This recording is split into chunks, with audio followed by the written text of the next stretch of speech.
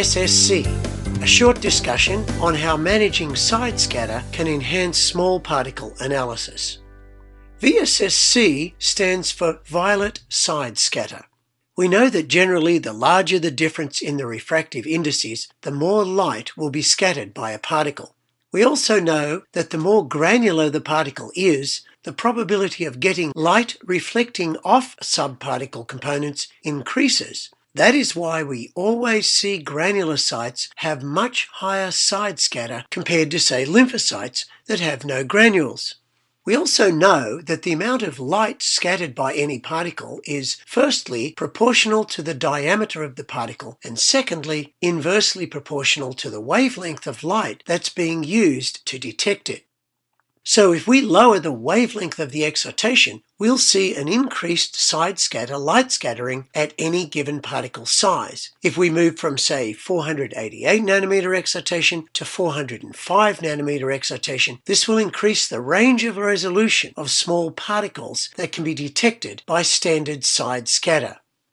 We also know that when entering a medium of a different refractive index, light waves are refracted by the new medium inversely proportional to the wavelength of the light, with lower wavelengths having a higher refraction than larger wavelengths. This effect was first discovered by Isaac Newton when he split white light into a rainbow of individual colors using a prism, with red light refracting the least and violet light refracting the most. So, using violet light will help to amplify the differences in the refractive indices between the particles and their surrounding media, and, in turn, increases the ability to detect particles with a lower refractive index, such as microvesicles or silica nanoparticles.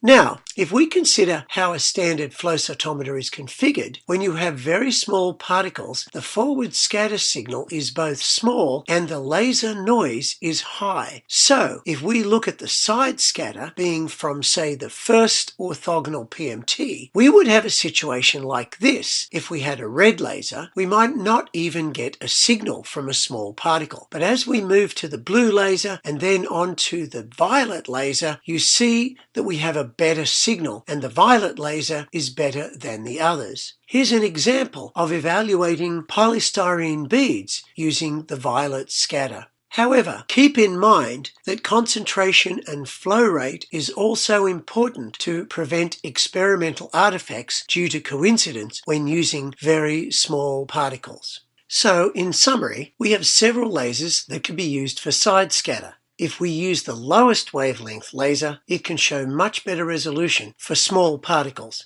Keep this in mind when you're next trying to look at microparticles on your flow cytometer.